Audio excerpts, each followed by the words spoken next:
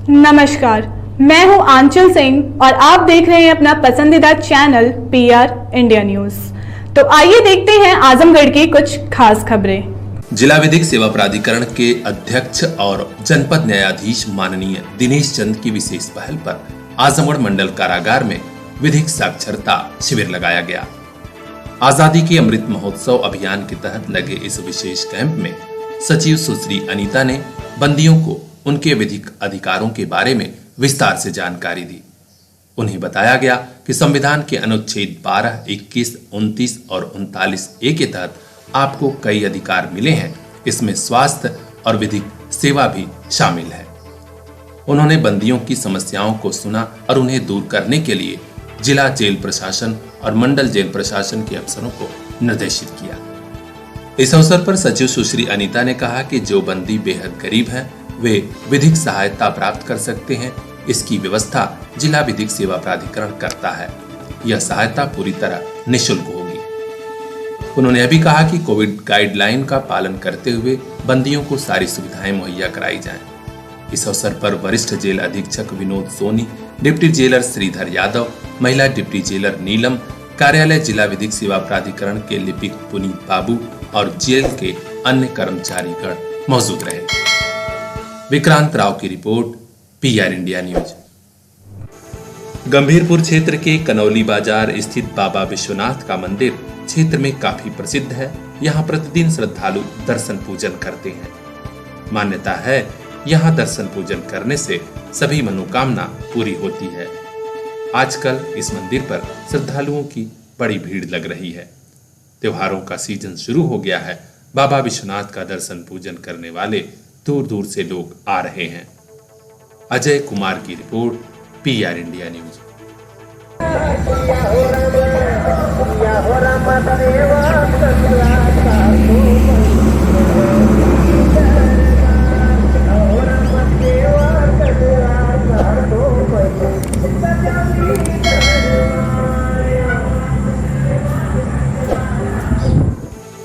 नवरात्र में जहां हर तरफ देवी की पूजा हो रही है, वहीं आजमगढ़ में एक और बेटी को दहेज की वेदी पर बलि दे दी गई। जैनपुर कोतवाली के भरौली गांव से खबर है।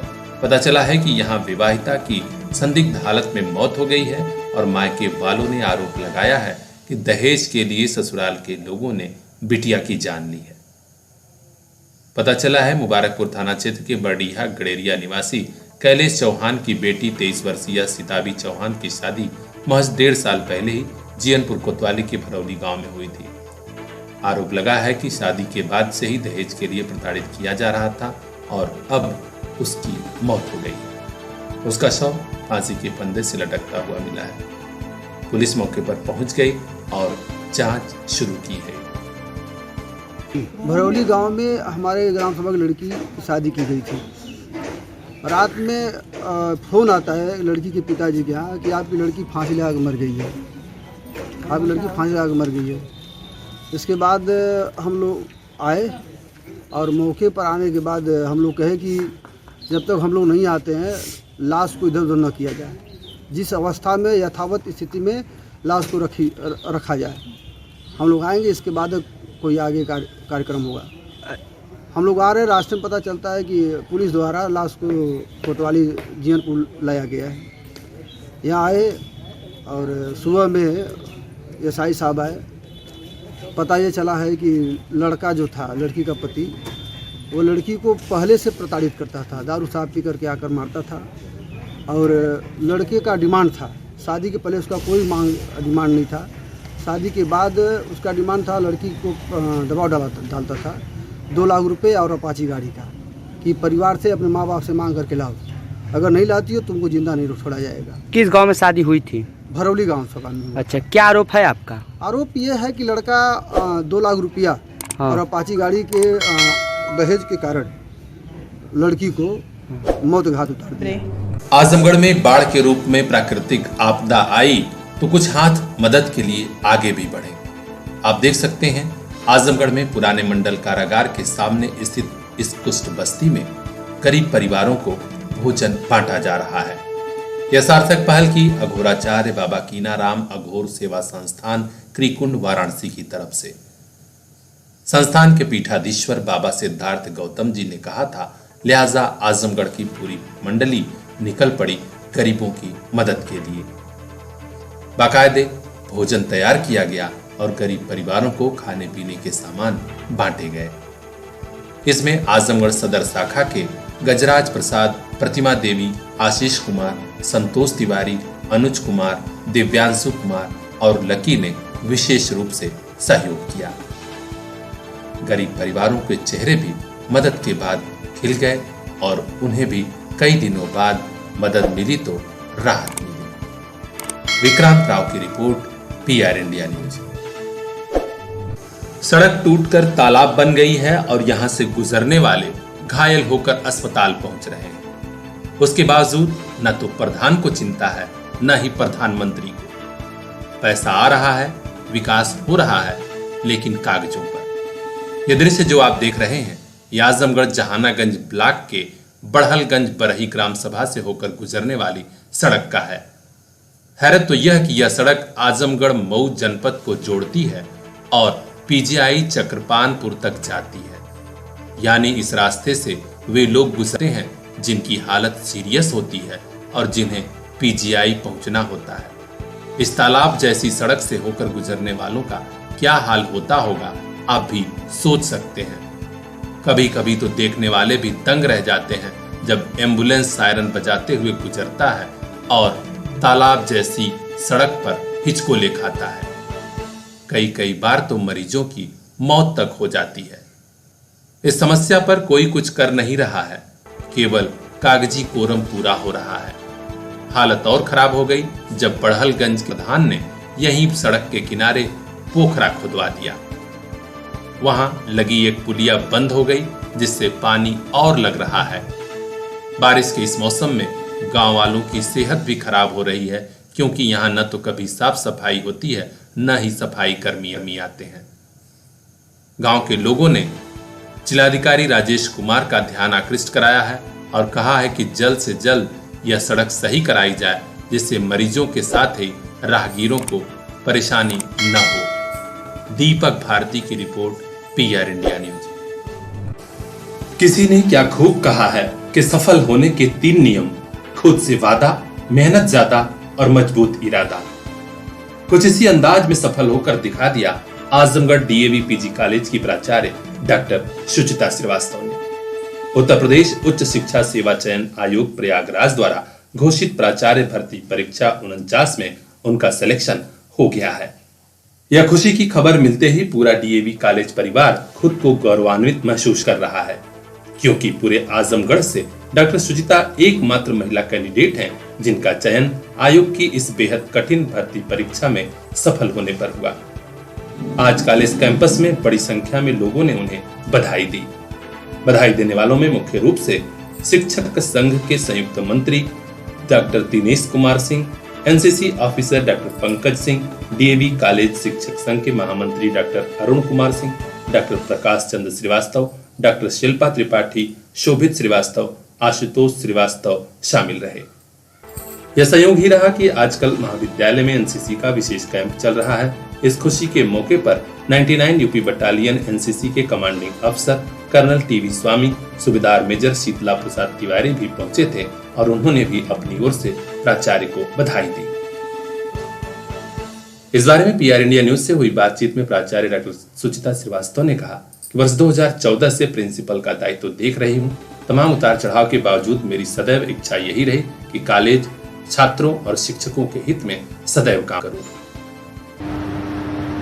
विज्ञापन संख्या 49 के अंतर्गत कल जो अभी रिजल्ट डिक्लेयर हुआ है, उसमें मेरा चयन प्राचार्य के पद पर हुआ है।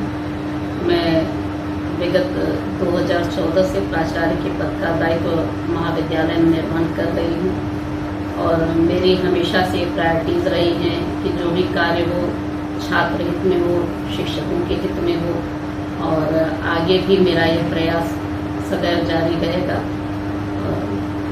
जिस भी महाविद्यालय में जहाँ भी मैं जाऊँगी, मैं छात्र हित और शिक्षक हित को सर्वोपरि रखते हुए अपने कार्य को करूँगी। गंभीरपुर व आसपास के क्षेत्रों में लोगों को मेडिकल सुविधाओं के लिए काफी दूर तक भटकना पड़ता था, लेकिन अब ग्राम सभा रानीपुर रजमो अंबेडकर मोड़ के समीप ही डॉक्टर सुनील यादव का पाली क्लिनिक खुल गया है।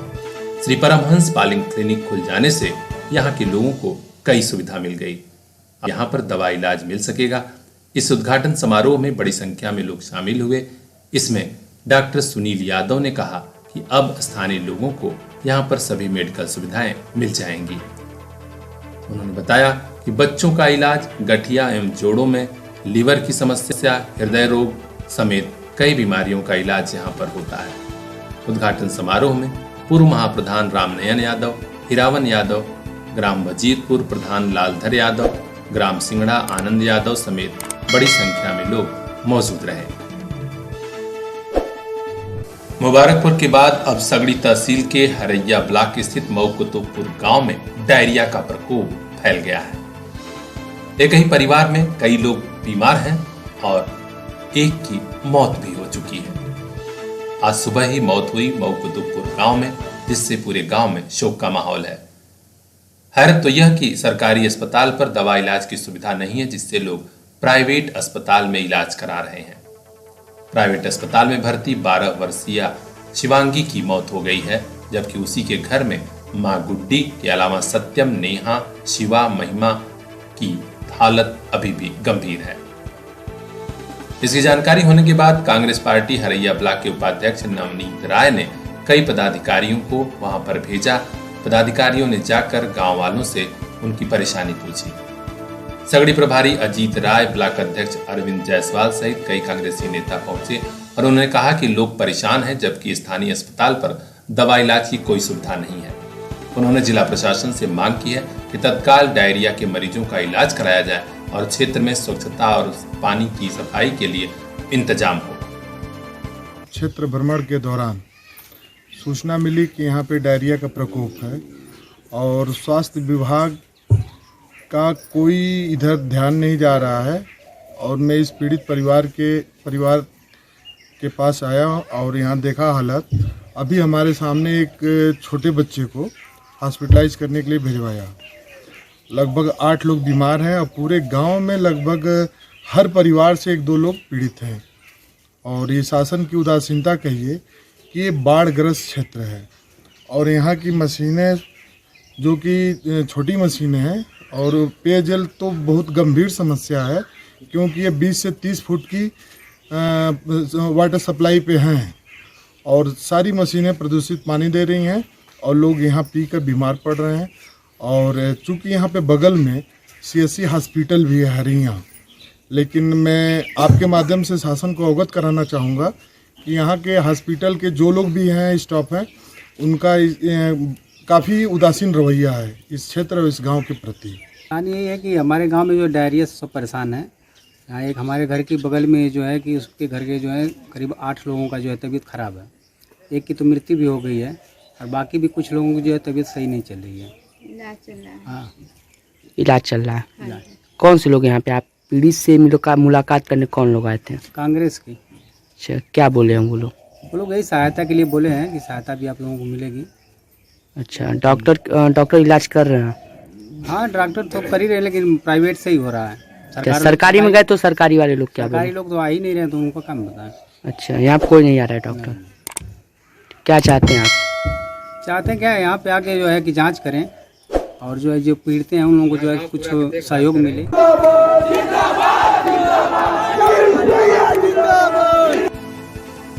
आजमगढ़ में सगड़ी तहसील की धरती पर आए करणी सेना के राष्ट्रीय अध्यक्ष वीरू भैया ने यहां क्षत्रिय समाज को संबोधित किया और कहा कि इतिहास गवाह है, अगर क्षत्रिय चाह दे तो कुछ भी असंभव नहीं है।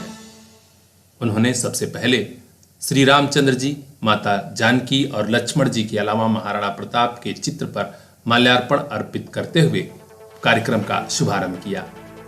उन्होंने कहा कि इतिहास में देखें तो राणा प्रताप हो या फिर राणा सांगा, उन्होंने कभी अपने स्वाभिमान से समझौता नहीं किया और दुश्मनों पर हमेशा भारी पड़े। उन्होंने कहा कि आज करणी सेना पूरे समाज को जोड़ रही है। हम आरक्षण के खिलाफ नहीं है, लेकिन 10 लाख से ऊपर जिसकी प्रतिवर्ष आय हो उन्हें आरक्षण से बाहर किया जाए।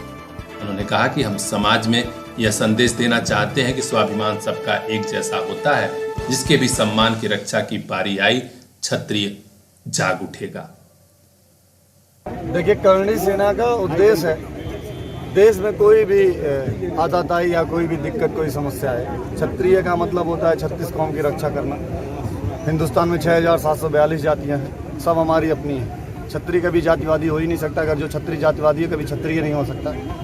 सर्वप्रथम अगर देश में कोई कुरीति हो, या देश से जुड़ी या समाज से जुड़ी, उसके लिए लड़ने के लिए हमेशा सदैव क्षत्रिय आगे आया है। आज भी क्षत्रिय ही आगे है। अगर क्षत्रिय नहीं है, हिंदुस्तान का अस्तित्व तो ही नहीं है। ये मैं नहीं कह रहा हूँ, ये हर वेद पुराण या समाज के जितने भी इतिहासकार आए, सबने ये कथन लिखा। हिंदुस्तान की अस्मिता, इतिहास अगर कहीं बची है तो सबसे ज़्यादा लड़ाई किसी ने समाज के लिए लड़ा तो क्षत्रिय जाति। आरक्षण पे क्या कहना चाहेंगे आप?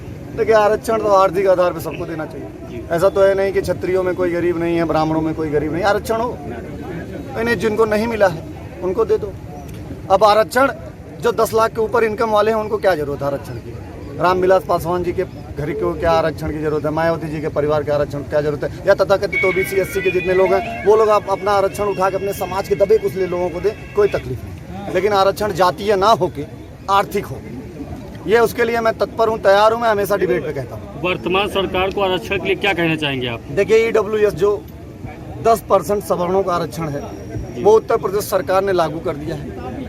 दूसरी सरकार से बस यही मांग है कि आरक्षण के हिसाब से सिविल सर्विसेज में हमारी उम्र भी बढ़नी चाहिए। जो हमारे अटेम्प्ट हैं 3, अब उसको कम से कम 5 करना चाहिए, और उम्र जो है हम लोगों की 32, अब उसको कम से कम 35 करना चाहिए। ये EWS आर्थिक आधार पर जो 10% हम सवर्णों का आरक्षण मिल रहा है, उसको तुरंत तत्काल प्रभाव से उसको लागू कर देना चाहिए। राष्ट्रीय अध्यक्ष वीरू भैया का स्वागत करने वालों में धीरज सिंह बेधड़क का लिखा हुआ गीत भी प्रस्तुत हुआ। इस अवसर पर पूर्वांचल करणी सेना के अध्यक्ष देवदत्त सिंह श्रीनेत ने कहा कि स्वाभिमान के लिए हम गर्दन कटा भी सकते हैं, गर्दन काट भी सकते हैं, लेकिन झुका नहीं सकते। कार्यक्रम की अध्यक्षता सिद्धनाथ शाही जी व मंच का संचालन रामवृक्ष सिंह ने किया। करणी सेना के राष्ट्रीय अध्यक्ष का स्वागत करने वालों में सूर्य प्रकाश सिंह, रामनारायण सिंह, हेमंत सिंह, चंद्रशेखर सिंह, प्रवीण कुमार सिंह ने प्रमुखता से उनका स्वागत किया। इस सभा में राष्ट्रीय अध्यक्ष ने भटौली ग्राम सभा के ही हिमांशु सिंह को युवा जिलाध्यक्ष मनोनीत किया। इस कार्यक्रम को सफल बनाने के लिए पिछले 1 महीने से हिमांशु सिंह, अंकित सिंह, सुधीर, रामवृक्ष सिंह, आकांक्षा सिंह, योगेंद्र सिंह, जितेंद्र प्रसाद, प्रवीण, स्वप्निल सिंह, सरोज, मोनू, उमा सहित कई युवा लगे हुए थे। आइए हम आपको सुनाते हैं करणी सेना के राष्ट्रीय अध्यक्ष वीरू भैया का यह संबोधन। SC/ST के लिए बहुत प्रैक्टिकल मैं चीजें कहता हूँ। कहीं भी कोई किसी SC/ST के साथ कोई बदतमीजी करता है, किसी SC/ST बेटी के साथ कोई बदतमीजी छेड़खानी करता है, तो मेरा टोल फ्री नंबर है करणी सेना का, वो किसी समाज का हो, मेरे भी जात का अगर हो, अगर वो गलत है तो उसका विरोध करने के लिए, उसको फांसी पे टंगवाने के लिए मैं तैयार हूँ। क्योंकि किसी भी बेटी को वही अधिकार है जो मेरे समाज की बेटी का है। SC/ST जो गलत तरीके से, जो सुप्रीम कोर्ट का एक पैनल कह रहा है कि 100 में से 93 मुकदमे फर्जी, इस पे कौन सोचेगा? अभी मैं जितना टाइम्स ऑफ इंडिया है या जितने भी बड़े पेपर हैं, अभी मैं कल का पेपर देख रहा था कि 97% मुकदमे फर्जी सिद्ध हुए हैं SC/ST। क्या उस पर मानहानि का केस नहीं बनना चाहिए? जो बेमतलब के सालों से जेल काट रहे हैं, बाद में पता चलता है कि मुकदमा ही फर्जी है, तो उनका कौन वापस लेके आए? मैं ये कहता हूँ SC/ST एक्ट रहने दो, लेकिन अगर किसी गलत तरीके से SC/ST लगाता है, उसके ऊपर कौन सा एक्ट लागू होना चाहिए? सरकार मुझे बस ये बता। लखीमपुर खीरी में जो किसान की हत्या हुई, उस पर क्या कहेंगे आप? देखिए, किसान की हत्या, मैं किसान का बेटा हूँ जी, मेरे पिताजी किसान है। अगर किसान की हत्या हुई है तो मैं उस परिवार के साथ हमेशा तैयार हूँ, लेकिन अगर कोई राजनीतिक प्रोपोगंडा हो रहा है जी, तो मैं उसका विरोधी भी हूँ, क्योंकि किसानों के ऊपर लाश पे राजनीति करने वाले लोग इस देश में रहने लायक नहीं है। पिछले कई दिनों से चल रही तैयारी के बाद आयोजित इस कार्यक्रम को बेहद सफल बताते हुए करणी सेना के युवा जिलाध्यक्ष हिमांशु सिंह ने भी अपनी बात रखी। ये हमारे क्षत्रिय समाज के लिए जागरूक करने के लिए हमने कार्यक्रम को प्रारंभ किया है कि सारे क्षत्रिय समाज के युवाओं को जागरूक किया जाए। इसमें हमारे भाई अंकित और टिंकू का अहम रोल है। और क्या कहना चाहेंगे क्षत्रिय समाज के लिए? हम ये चाहते हैं कि हमारा समाज इतना आगे जाए कि जिन परिस्थितियों से हम लड़ रहे हैं वो लड़ने की ज़रूरत न पड़े और इस कड़ी सेना के माध्यम से सारे लड़ाई को हम आसानी से घर बैठे लड़ सकें। ST/SC एक्ट हमारे समाज के लिए सबसे बड़ा अभिशाप है, जिसके लिए हम कड़ी सेना एक गंभीर लड़ाई लड़ेंगे ST/SC एक्ट के लिए। साथ ही साथ आज कड़ी सेना राष्ट्रीय अध्यक्ष माननीय धीरू भैया के द्वारा हमें आजमगढ़ युवा अध्यक्ष पद का चुनाव किया गया है। बीरू भैया के लिए क्या कहना चाहेंगे? बीरू भैया हमारे समाज के लिए बहुत बड़ी एक नींव रखे हैं, जिसकी लड़ाई में हम सभी भागीदारी प्रस्तुत करेंगे। श्रद्धा, भक्ति और आस्था के महापर्व शारदीय नवरात्र में शहर सहित पूरे आजमगढ़ में माहौल देवीमय हो गया है। सुबह से ही देवी माता के मंदिर पर दर्शनार्थियों का तांता लगने लगा था।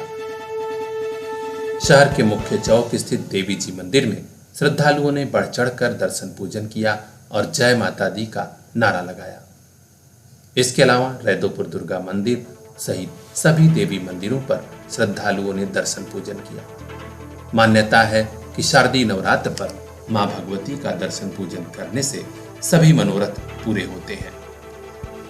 इस बार शारदीय नवरात्र पर यह बात और देखी जा रही है कि कम से कम लोग मंदिरों में दर्शन पूजन कर पा रहे हैं। लोग भूले नहीं जब कोविड संकट काल के कारण महीनों तक मंदिर के पट बंद रहे थे और लोग घरों में कैद थे। इस बार थोड़ी खुशी श्रद्धालुओं में है कि मां भगवती का दर्शन पूजन हो रहा है और मेले में पूजा पंडाल भी सजेगा। इस बार दशहरे की तैयारी को लेकर जहां पूजा समितियां लगी हुई हैं, वहीं जिला और पुलिस प्रशासन द्वारा भी विशेष तैयारी की जा रही है। शहर कोतवाली परिसर में शांति समिति की बैठक हुई, जिसमें ADM प्रशासन नरेंद्र सिंह के अलावा SDM सदर बागी शुक्ला, शहर कोतवाल के गुप्ता के अलावा कई पुलिस और प्रशासन के अफसर मौजूद रहे। निर्णय लिया गया कि इस बार पूजा पंडाल थोड़े छोटे साइज में बनाए जाएंगे और पूजा समिति के पदाधिकारी मूर्ति विसर्जन जुलूस भी बहुत ही शांतिमय ढंग से और कोविड-19 गाइडलाइन का पालन करते हुए निकालेंगे। आइए हम आपको सुनाते हैं इस बारे में और क्या कहा ADM प्रशासन नरेंद्र सिंह ने। ये दुर्गा पूजा और दशहरा को और रामलीला जो मेले लगते हैं उसके संबंध में जो कोतवाली में आज इस कमेटी की जो दुर्गा पूजा करते हैं उनके जो स्थान है वो लोग आए थे, उन्हीं से बैठक हुई थी और उनको जो गाइडलाइंस है कि कोरोना का नियमों का पालन करते हुए ये लोग मूर्ति स्थापना करेंगे और ये अनुरोध किया गया कि ये लोग रोड ब्लॉक नहीं करेंगे, खाली स्थानों में और किनारे ही लगाएंगे, रोड ब्लॉक न हो और जो भी मूर्तियों का साइज रहे वो थोड़ा छोटा रखेंगे, कोरोना का पालन करेंगे और जब विसर्जन करेंगे तो जुलूस में कम से कम लोग रहेंगे। कई बार गरीब परिवार अपना इलाज नहीं करा पाते और गंभीर बीमारी में उनकी मौत हो जाती है। इसी कारण सरकार उन्हें गोल्डन कार्ड दे रही है, जिससे वे प्राइवेट अस्पतालों में भी इलाज करा सकें और इस इलाज का पैसा सरकार भरेगी। आजमगढ़ में भी जोर शोर से गोल्डन कार्ड बनाने का अभियान चल रहा है। आज जिलाधिकारी राजेश कुमार ने इस अभियान की समीक्षा की और स्वास्थ्य विभाग के अफसरों को निर्देश दिया कि जल्द से जल्द सभी पात्र लाभार्थियों को गोल्डन कार्ड दे दिया जाए। उन्होंने कहा कि अंत्योदय कार्ड धारकों के अलावा पेंशन पाने वाले लाभार्थियों को भी जल्द से जल्द गोल्डन कार्ड दिया जाए। जिलाधिकारी ने समीक्षा बैठक में सड़कों की खस्ता हाल पर नाराजगी जताई और संबंधित विभाग के अफसरों से कहा कि जल्द से जल्द शहर की सड़कों को चमकाया जाए, गड्ढा मुक्त किया जाए। अब देखिए विभाग कितनी देर में, कितने समय में आजमगढ़ की सड़कों को गड्ढा मुक्त करता है। देखते रहिए PR इंडिया न्यूज।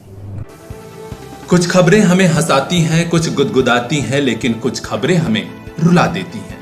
आज आजमगढ़ के जियनपुर कोतवाली क्षेत्र से दो दोस्तों के एक साथ जान दे देने की ऐसी खबर आई जिसे जिसने भी सुना उसकी आंख नम हो गई। महज 16 से 17 बरस की उम्र, नाम है अनस और लारेब। जिस उम्र में दोस्ती और दोस्त के साथ जीने का ख्वाब होता है, बात होती है, उसी उम्र में जाने कौन सी बात हो गई कि दोनों दोस्तों ने एक साथ सल्फास खा लिया। दोनों की हालत साथ साथ बिगड़ी। अनस ने रात में ही दम तोड़ दिया, जबकि लारेब की सुबह मौत हो गई।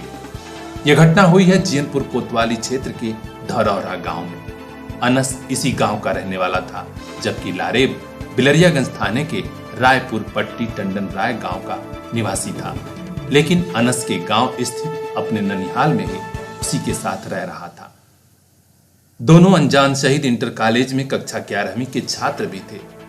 एक साथ एक गांव में रहना और एक स्कूल में पढ़ाई, इतनी गहरी दोस्ती हो गई कि हमेशा साथ साथ ही। लेकिन छोटी उम्र के दो दोस्तों ने इतना बड़ा फैसला क्यों और कैसे ले लिया, पूरा गांव यही सोच रहा है। गांव में लोग परिजनों को ढांढस बंधा रहे हैं, लेकिन इस सवाल का जवाब किसी के पास नहीं है कि आखिर कम उम्र के दो दोस्तों ने क्यों मौत को गले लगा लिया। दोनों दोस्त तो इस दुनिया से चले गए, लेकिन अपने पिता और पूरे परिवार को तड़पता छोड़ गए। यह खबर कम उम्र के उन किशोरों के लिए भी है जो किन्हीं कारणों से मानसिक उलझन में रहते हैं। पीआर इंडिया न्यूज आपसे दरख्वास्त करता है कि मुश्किल कितनी भी बड़ी हो, समस्या कुछ भी हो, अपने माँ बाप, अपने परिवार से शेयर कीजिए, हल जरूर निकलेगा, क्योंकि जिंदगी जीने के लिए है। आदर्श श्रीवास्तव की report, PR India news. Badminton की दुनिया का बड़ा नाम बन चुके अंतर्राष्ट्रीय निर्णायक और आजमगढ़ के निवासी अजेंद्र राय के चाहने वालों के लिए बड़ी खबर है। श्री राय को इंडोनेशिया के बाली में आयोजित होने वाली वर्ल्ड बैडमिंटन फेडरेशन की 3 बड़ी प्रतियोगिताओं में बतौर निर्णायक नामित किया गया था, लेकिन श्री राय का यह दौरा अब रद्द हो गया है। यह जानकारी देते हुए अंतर्राष्ट्रीय निर्णायक श्री राय ने पीआर इंडिया न्यूज को बताया कि इंडोनेशिया सरकार ने कोविड का हवाला देते हुए गाइडलाइन जारी किया था, जिसमें कहा गया था कि प्रतियोगिता के पहले किसी अन्य देश में 14 दिन निवास करना है। श्री राय ने यह शर्त स्वीकार नहीं किया, जिसके कारण वर्ल्ड बैडमिंटन फेडरेशन ने उनका दौरा निरस्त किया है। खेल की दुनिया की ऐसी ही खास खबरें हम आपको दिखाते रहेंगे। देखते रहिए पीआर इंडिया न्यूज।